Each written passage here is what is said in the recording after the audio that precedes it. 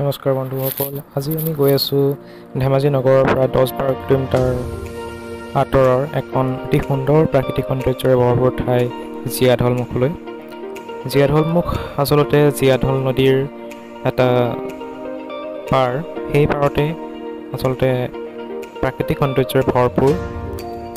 তাত মানুহে প্ৰতি বছৰে পিকনিক খাবলৈ যায়। পিকনিক বুলি নহয়, আমি আচলতে ঠাইডোখৰ চাবলৈ গৈ আছোঁ। যোৱাৰ ৰাস্তাটো প্ৰায় 7 কিলোমিটাৰমান পকী যদিও বাকী 2.5-3 কিলোমিটাৰ মথাউৰি আছে। মথাউৰিটো খলাবমা যদিও চাৰিওফালৰ বিনন্দীয়া ৰূপটোৱে সেইখিনি কষ্ট আচলতে নাইকিয়া কৰি দিছে। আমি বৰ্তমান মথাউৰি পাৰে পাৰে গৈ আছোঁ। চাওকচোন চাৰিওফালে সেউজীয়া, মাথো সেউজীয়া। এয়া আপোনালোকে দেখিছে, অতি সুন্দৰ পৰিৱেশ, মন প্ৰাণ আচলতে চুই গৈছে। এনেকুৱা প্ৰাকৃতিক পৰিৱেশত থাকিলে আচলতে আমাৰ আজিৰ যান্ত্ৰিকতা ভৰা পৃথিৱীখনৰ পৰা কিছু হ'লেও আমি আঁতৰত থাকিব পাৰোঁ। আৰু এনেকুৱা ঠাই আচলতে মন প্ৰাণত এক পৰশ দিয়ে, যি আচলতে আমাক সজীৱ কৰি তোলে। দেখিছে আপোনালোকে কিমান ধুনীয়া লাগিছে পৰিৱেশটো। জীয়াঢলমুখত আমি গম পোৱা মতে প্ৰতি বছৰে অসমৰ বহু প্ৰান্তৰ পৰা মানুহ আহে জীয়াঢলমুখলৈ বছৰৰ মূৰত এসাঁজ বনভোজ খায়হি। আৰু ই অৰুণাচল পাহাৰৰ গাতে লাগি আছে জীয়াঢল। এই জীয়াঢল নদীৰ এটা পাৰ হৈছে জীয়াঢলমুখ। বৰ্তমান খৰালি হোৱাৰ হেতু ইয়াত পানী কম আৰু বালিৰে পৰিপূৰ্ণ হৈ আছে বুলি আমি গম পাইছোঁ। সেয়া চাবলৈকে আমি গৈ আছোঁ। চাওকচোন আপোনালোকে কেনেকুৱা থাকে, আমি দেখুৱাই গৈ আছোঁ।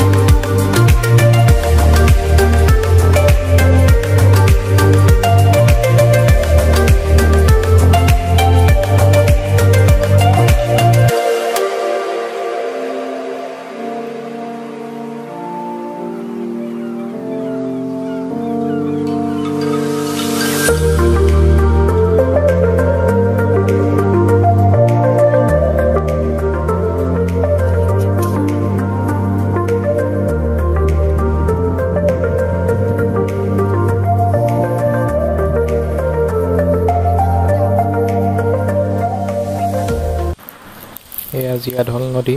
জীয়াঢল নদীৰ পানীৰ মাত বহুত খৰস্ৰোতা নদী।